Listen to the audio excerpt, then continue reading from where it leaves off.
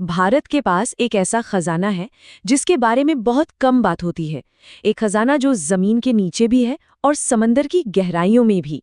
तो चलिए आज इसी पर बात करते हैं और समझते हैं कि ये विशाल खनिज संसाधन देश की अर्थव्यवस्था को ताकत देते कैसे हैं। तो सबसे पहला और बुनियादी सवाल तो यही उठता है कि आज के ज़माने में किसी भी देश की जो अर्थव्यवस्था है वो असल में चलती किस चीज़ से है। और अगर भारत की बात करें तो इस सवाल का जवाब छिपा है जमीन के बहुत नीचे और समंदर की गहराइयों में। मतलब भारत के विकास की पूरी कहानी एक तरह से इसकी जमीन की बनावट में ही लिखी है। पुराने पठारों से लेकर महासागर के उन हिस्सों तक जहां आज तक कोई नहीं पहुंचा। ये बात बिल्कुल सही है कि खनिज उद्योग की रीढ़ है। सोचिए, यही तो वो बुनियाद है जिस पर देश का हर बड़ा उद्योग, पूरा का पूरा एनर्जी सेक्टर और सारा इंफ्रास्ट्रक्चर टिका हुआ है। तो सबसे पहले बात करते हैं जमीन पर मौजूद उस खजाने की जिसने दशकों से भारत को शक्ति दी है। चलिए एक नज़र इसके नक्शे पर डालते हैं। और देखिए, जब हम दुनिया के नक्शे पर देखते हैं तो भारत की स्थिति काफी मजबूत नजर आती है। कोयले के उत्पादन में हम दुनिया में दूसरे नंबर पर हैं और लौह अयस्क यानी आयरन ओर में चौथे। ये आंकड़े साफ साफ बताते हैं कि भारत इन जरूरी खनिजों के मामले में एक ग्लोबल पावर हाउस है। हाँ, लेकिन एक बात ध्यान देने वाली है। ये जो खजाना है ये पूरे देश में बराबर नहीं फैला है। ये मुख्य तौर पर 4 बड़े इलाकों या कह लीजिए कि बेल्ट्स में बटा हुआ है। जैसे कि झारखंड और ओडिशा वाला जो उत्तर पूर्वी पठार है वो कोयला और आयरन ओर के लिए जाना जाता है। वहीं अगर हम दक्षिण पश्चिम में कर्नाटक और गोवा की तरफ देखें तो वहां सोना और मैंगनीज जैसे खनिज मिलते हैं।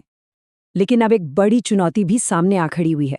जमीन पर मौजूद ये जो संसाधन है ये धीरे धीरे कम हो रहे हैं और इसका नतीजा ये हो रहा है कि कई बहुत जरूरी खनिजों के लिए हमारी निर्भरता दूसरे देशों पर मतलब इंपोर्ट पर बढ़ती जा रही है।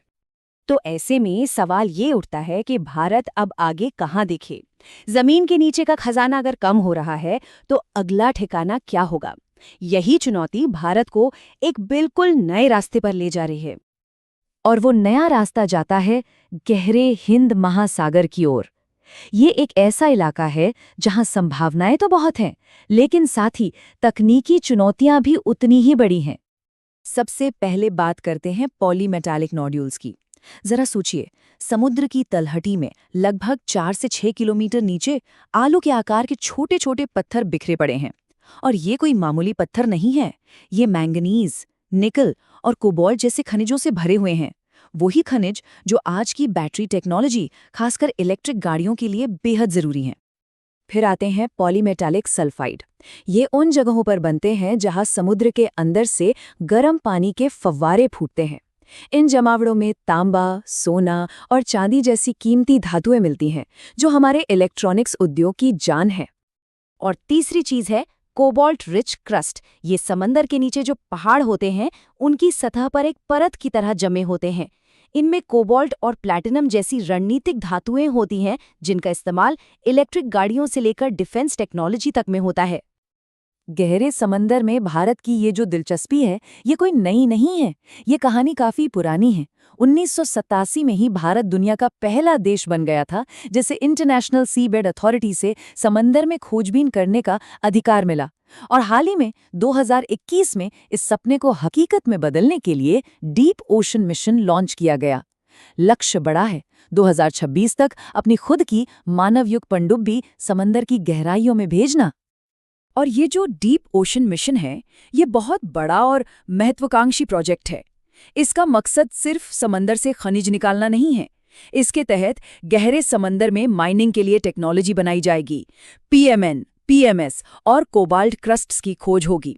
और सबसे बड़ी बात, समुद्रयान नाम की एक ऐसी पनडुब्बी बनाई जाएगी जो इंसानों को 6000 मीटर की गहराई तक ले जा सके। साथ ही समंदर के जीवन और पर्यावरण पर भी स्टडी की जाएगी। अच्छा, तो हमने जमीन के खनिजों की बात की, समंदर के खनिजों की बात की, पर सवाल ये है कि इन कच्चे खनिजों का सीधा रिश्ता देश की औद्योगिक और आर्थिक ताकत से कैसे जुड़ता है? इसका जवाब बड़ा सीधा है। देखिए, जहां खनिज वहां उद्योग। जैसे झारखंड के सिंहभूम में लौह अयस्क यानी आयरन ओर मिलता है, तो वहीं पर जमशेदपुर में टाटा स्टील का इतना बड़ा प्लांट लगा। जहां झरिया में कोयला मिला, वहां धनबाद पावर और स्टील का हब बन गया। और गुजरात के अंकलेश्वर में पेट्रोलियम निकला, तो पास में ही जामनगर में दुनिया की सबसे बड़ी रिफाइनरी बनी। ये सीधा कनेक्शन है। तो इससे तस्वीर बिल्कुल साफ हो जाती है। एक तरफ हम आयरन ओर, बॉक्साइट और चूना पत्थर जैसी चीजों में तो आत्मनिर्भर हैं, मतलब हमें ये बाहर से मंगाने की जरूरत नहीं पड़ती।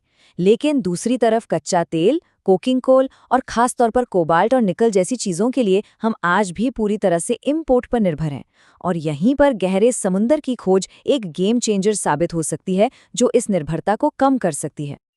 और ये मामला सिर्फ पैसे या अर्थव्यवस्था का नहीं है, ये उससे कई ज्यादा बड़ा है। ये आने वाले वक्त में टेक्नोलॉजी और ग्रीन एनर्जी के भविष्य में अपनी जगह पक्की करने की दौड़ है। जरा सोचिए, कोबाल्ट और निकल के बिना इलेक्ट्रिक गाड़ियों की बैटरी नहीं बन सकती। रेयर अर्थ एलिमेंट्स के बिना विंड टर्बाइन और डिफेंस सिस्टम नहीं चल सकते। कॉपर के बिना कोई भी ग्रीन टेक्नोलॉजी अधूरी है। और लिथियम तो आज की बैटरी का दिल है। मतलब साफ है, जिस देश के पास ये खनिज होंगे, ऊर्जा और टेक्नोलॉजी का भविष्य उसी के हाथ में होगा।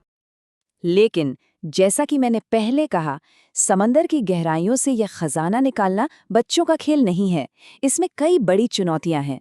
सबसे पहली है लागत, जो बहुत ज्यादा है। दूसरा, पर्यावरण को होने वाले नुकसान का एक बड़ा खतरा है। और तीसरा, इसे निकालने की टेक्नोलॉजी अभी भी पूरी तरह से तैयार नहीं है। और इन सब के ऊपर एक ग्लोबल कंपटीशन भी है।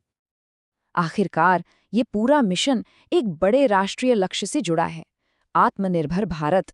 खास तौर पर ऊर्जा सुरक्षा जैसे रणनीतिक मामलों में ये पानी के नीचे छिपे खनिज आत्मनिर्भरता की चाबी साबित हो सकते हैं।